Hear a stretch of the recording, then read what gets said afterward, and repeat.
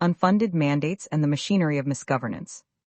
On July 24, 2025, President Trump issued an executive order titled, Ending Crime and Disorder on America's Streets. The order directs federal agencies to prioritize grants for jurisdictions that criminalize homelessness.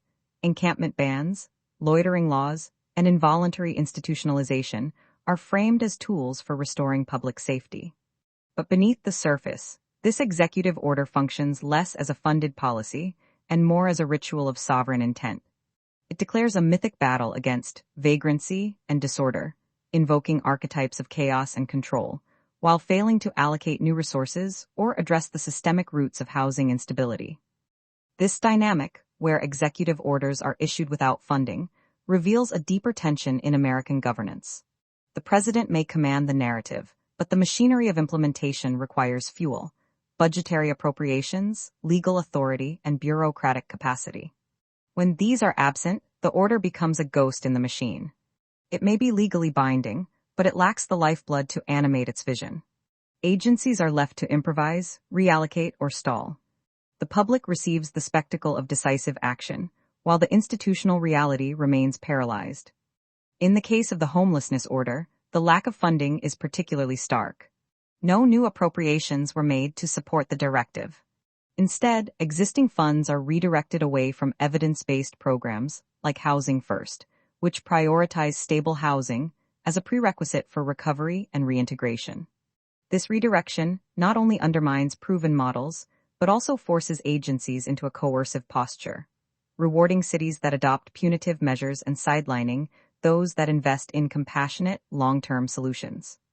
Every major city in the United States has some form of housing assistance program designed to transition individuals out of homelessness.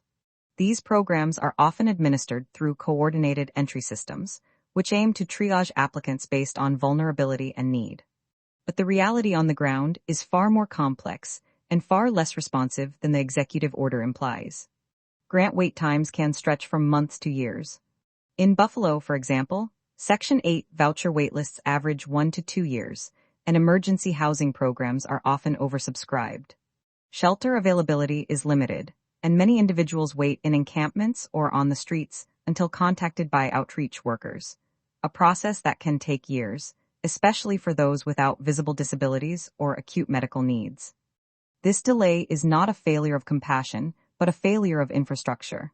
The systems are overwhelmed, underfunded, and misaligned with the scale of the crisis. Eligibility requirements often include proof of employment or stability, ironically difficult to maintain without housing. Some programs require documentation that many unhoused individuals cannot easily access. Others prioritize families or veterans, leaving single adults in prolonged limbo. The result is a landscape where visibility becomes vulnerability.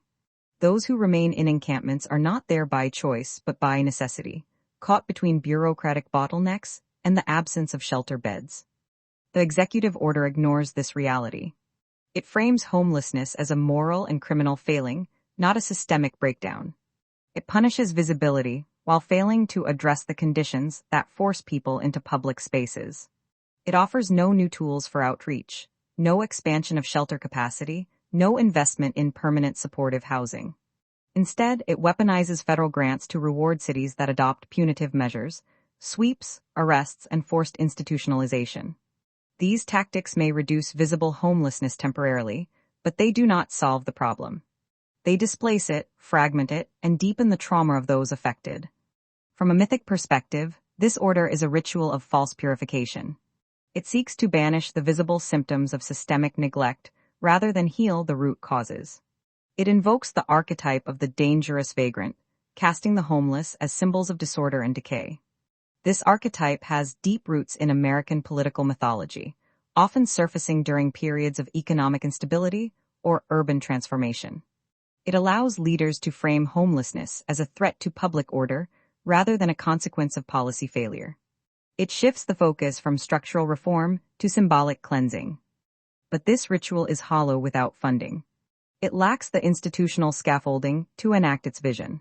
Agencies may attempt to comply by stretching existing resources, but this often leads to internal conflict, legal ambiguity, and ethical compromise. Some may resist, citing civil rights concerns or the ineffectiveness of punitive approaches. Others may comply reluctantly, fearing the loss of federal support. The result is a patchwork of responses, some cities doubling down on criminalization, others quietly defying the order, and many simply waiting for clearer guidance or new appropriations. This disconnect between symbolic power and institutional reality is not unique to homelessness policy. It is a recurring feature of executive governance, especially when orders are issued without congressional support. The president may issue directives, but only Congress can appropriate funds. When the two branches are misaligned, executive orders become performative gestures, tools of narrative leverage rather than instruments of policy. They may shape public discourse, pressure local governments, or signal ideological priorities, but they rarely produce lasting change without fiscal backing. In the case of homelessness, this performative dynamic is particularly dangerous. It risks deepening public misunderstanding of the crisis, legitimizing punitive responses, and diverting attention from structural solutions. It frames homelessness as a problem of visibility rather than viability. It treats encampments as blight rather than evidence of bureaucratic failure. It criminalizes survival strategies while ignoring the systemic delays that force people into those strategies in the first place. For those seeking discernment and sovereignty, the task is to decode this spectacle. Follow the funding. Ask where the money is going and whether new resources have been allocated. Examine the eligibility criteria, the waitlists, the shelter capacity. Look beyond the rhetoric of safety and order to the lived reality of those affected. Recognize that visibility is not the problem, instability is. And instability is not a moral failing, it is a policy outcome. Local governments have a role to play in resisting this dynamic. They can refuse conditional grants that undermine human dignity. They can invest in housing-first models, expand shelter capacity, and streamline coordinated entry systems. They can prioritize outreach, trauma-informed care, and permanent supportive housing. These approaches are not only more humane, they are more effective. They reduce recidivism, improve health outcomes, and restore stability. They treat homelessness as a public health issue, not a criminal one. But resistance requires courage, especially when federal pressure is intense. Cities may fear losing funding, facing political backlash, or being labeled as permissive. They may struggle to balance compassion with public order, especially when resources are scarce. This is where mythic framing can help. By reframing homelessness as a consequence of systemic neglect rather than individual failure, cities can reclaim the narrative. They can position themselves as protectors of dignity rather than enforcers of spectacle. They can invoke archetypes of healing, restoration, and sovereignty, rather than punishment and control. Executive orders without funding are not just policy failures, they are rituals of misdirection. They reveal the fault lines between symbolic power and institutional integrity. They expose the limits of unilateral governance and the dangers of narrative manipulation. For those committed to healing and awakening, the task is to see through the spectacle, protect the vulnerable, and invest in structures that restore rather than punish. The July 2025 Homelessness Order is a case study in this dynamic.